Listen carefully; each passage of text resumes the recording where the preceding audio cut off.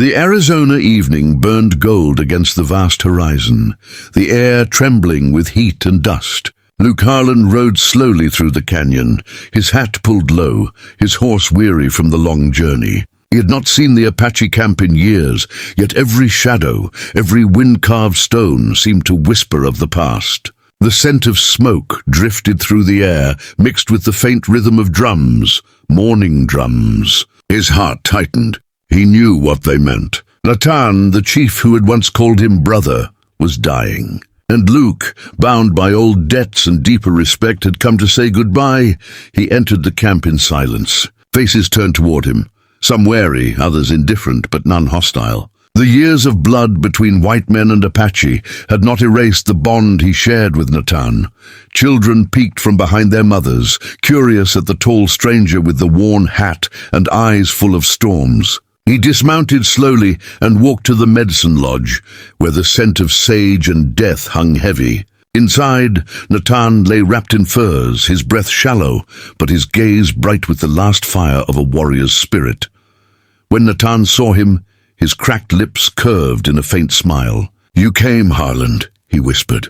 Luke knelt beside him, removing his hat, bowing his head. "I owed you that much," he said quietly. The old man's hand trembled as it rested on Luke's arm. "The spirits told me you would return," Natan murmured. "I have no sons left, the young ones. They fight without wisdom. The old ways fade."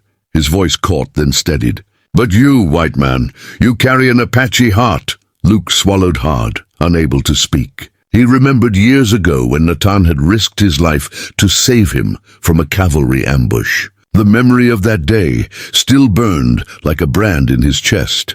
Luke thought Natan wanted peace, a final prayer, maybe a blessing. But the old chief's eyes flickered toward two women kneeling by the fire. They were silent, one young and fierce-looking, the other older, calmer, her gaze steady as the earth. "My wives," Natan said softly. "Tala, Sani." They lowered their heads in respect. Luke gave them a nod, uneasy. "They will need protection," Natan said. "When I walk with the spirits, they will be alone. I give them to you." The words struck like thunder. Luke blinked in disbelief. "You can't mean that." "They're of your people." Natan smiled faintly, his breath thin. "A man of the desert has no race, only honor. I have watched your heart. You are not like the others. Promise me this, that they will not be cast aside when I'm gone." Luke's jaw clenched. He wanted to refuse, to protest that it was not his place, but the dying chief's eyes burned into him with pleading strength. The silence in the lodge grew heavy, sacred. Outside, the drums slowed, echoing the beat of a fading heart. Finally, Luke bowed his head. "I'll keep them safe," he said hoarsely. Natan's eyes softened and a faint smile touched his face. "Then my spirit may rest." The night came cold and still. The stars above the desert burned brighter than ever, as if the heavens themselves were watching. When Natan's final breath left his chest, the women did not cry out. They simply closed his eyes, their tears falling silently onto the dirt. The tribe gathered, torches glowing, as they carried the chief's body toward the red cliffs. Luke followed, feeling like a shadow among them. The burial was simple. The chief laid beneath stones, wrapped in the hide of a mountain lion, the symbol of courage. As they sealed the grave, the wind howled through the canyon, carrying the last whisper of a leader's soul. Luke lingered after the ceremony, standing alone beside the dying fire. His heart was heavy with confusion and guilt. He had not come for inheritance or women or promises, only to honor a friend.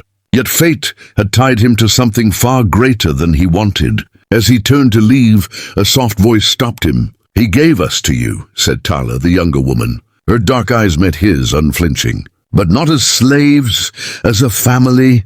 Luke studied her face, strong, proud, untouched by fear. She was not begging. She was reminding him of a duty carved in spirit, not in law. He said nothing. The firelight danced on her face, and in that glow he saw the weight of what Natan had left behind, not possessions, but souls depending on his word. He tipped his hat, murmured, "You'll be safe here," and turned toward his horse. But as he took a step, Sani, the older wife, spoke softly. "If you go, others will come, not with honor, but with hunger." Luke froze. He knew she was right. The frontier was full of men who would see two widows as spoils of war. He stared into the desert, endless, harsh, and lonely, and something in him broke. He had seen too many good people lost to cruelty. When dawn came, the tribe had begun to scatter, leaving the camp in quiet mourning. Luke packed his things, still unsure of his decision. But as he saddled his horse, Tala appeared again, holding a small pouch of herbs, a gift. "He trusted you with his blood," she said simply. Luke looked down at her, feeling a mix of respect and helplessness. "I didn't ask for this," he murmured. She nodded. "Neither did we." For a long moment they stood in silence, the desert wind swirling between them. Then slowly, Luke tied the pouch to his saddle.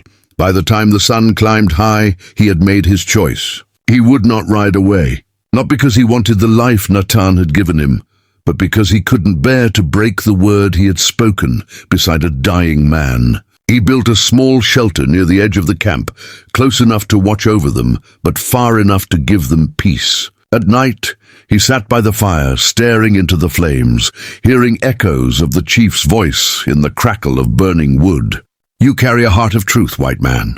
Weeks passed, and though Luke never spoke of it, something changed within him. The women worked beside him, quiet but steady, gathering water, tending the animals, repairing the lodge. He noticed how Tala's laughter sometimes returned, how Sani hummed old songs to the fire. The desert, once empty, began to feel alive again. Luke didn't know if it was duty, friendship, or something deeper growing in the silence.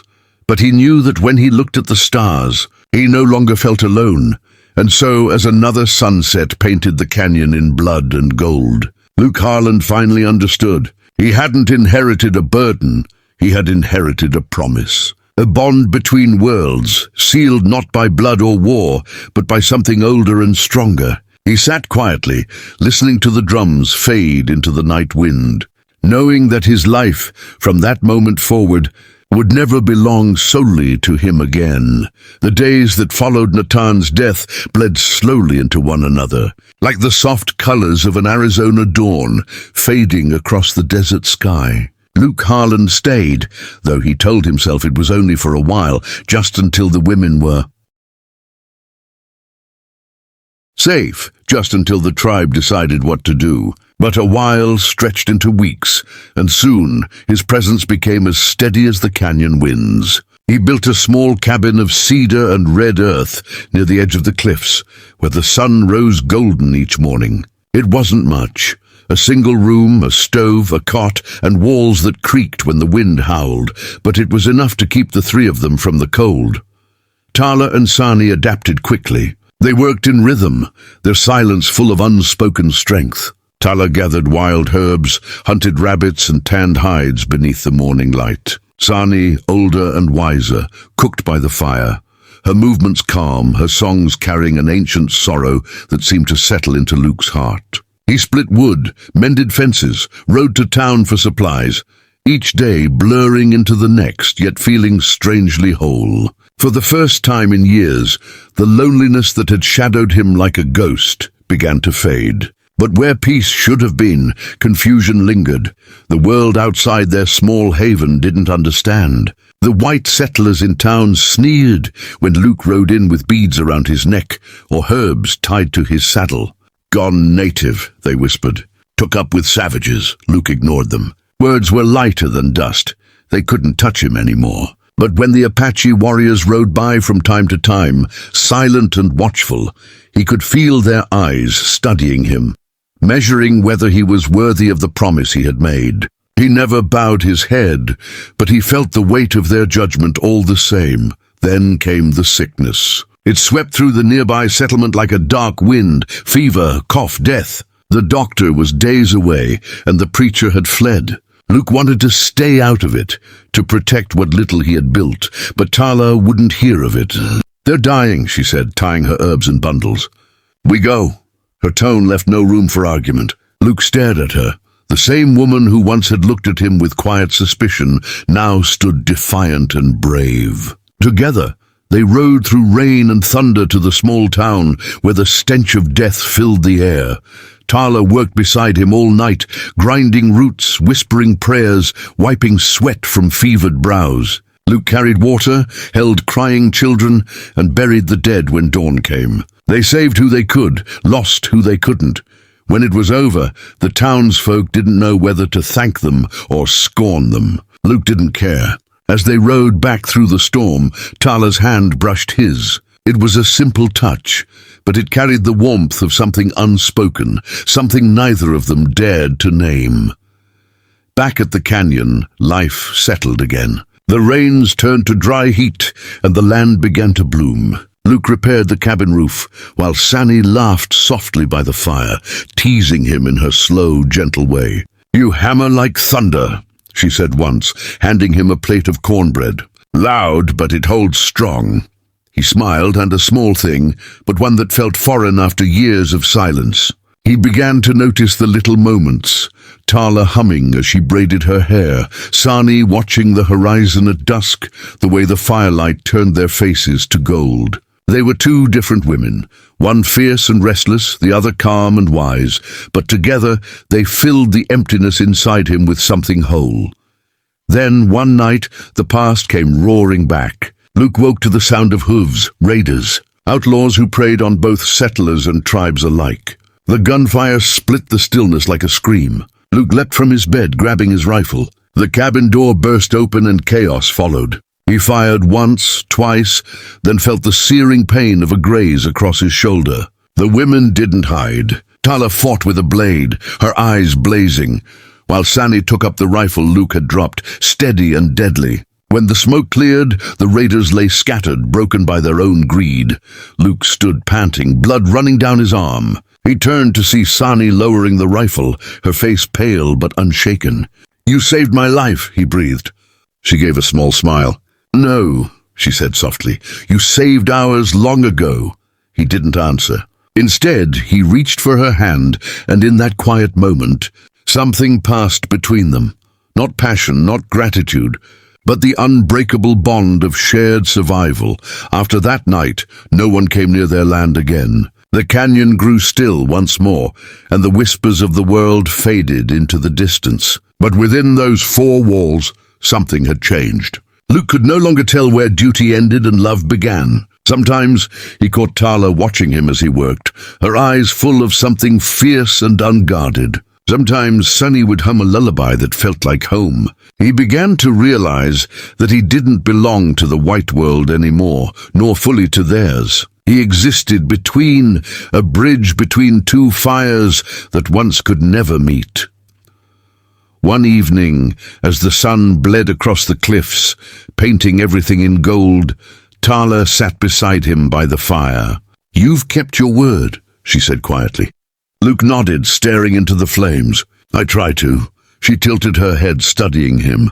"Then what keeps you now?" The question hit harder than any bullet. He looked up at her, at Sani sitting nearby, sewing by the light, her face soft and content. What kept him? Not obligation, not anymore. He set his hat aside and exhaled slowly. "You do," he said finally. The words came rough, honest. "Both of you." Tala smiled faintly, her eyes glistening with something like peace. Sani said nothing, only reached across the space between them and laid her hand gently over his. The silence that followed was not awkward. It was sacred, full of understanding. That night the wind howled through the canyon again, the same way it had the night Natan died. Luke sat outside, looking up at the stars. He thought of the old chief, of his last words. "You carry a heart of truth." The wind brushed against his face like a whisper, and for the first time, Luke understood. Natan had not given him a burden. He had given him a chance to live with honor, to heal what the world had broken. As the first light of dawn crept over the desert, Luke turned back toward the cabin. Inside, Tala slept near the hearth, Sani curled beneath a blanket beside her. The fire crackled softly, warm and steady. And for the first time in his life, Luke Harland realized he was not a man caught between two worlds. He was part of one, a family born not of blood, but of choice. And as he watched the sun rise over the canyon, the promise he had once made to a dying man no longer felt like a chain. It felt like a blessing, one carved into the desert, sealed by love and carried forever by the wind.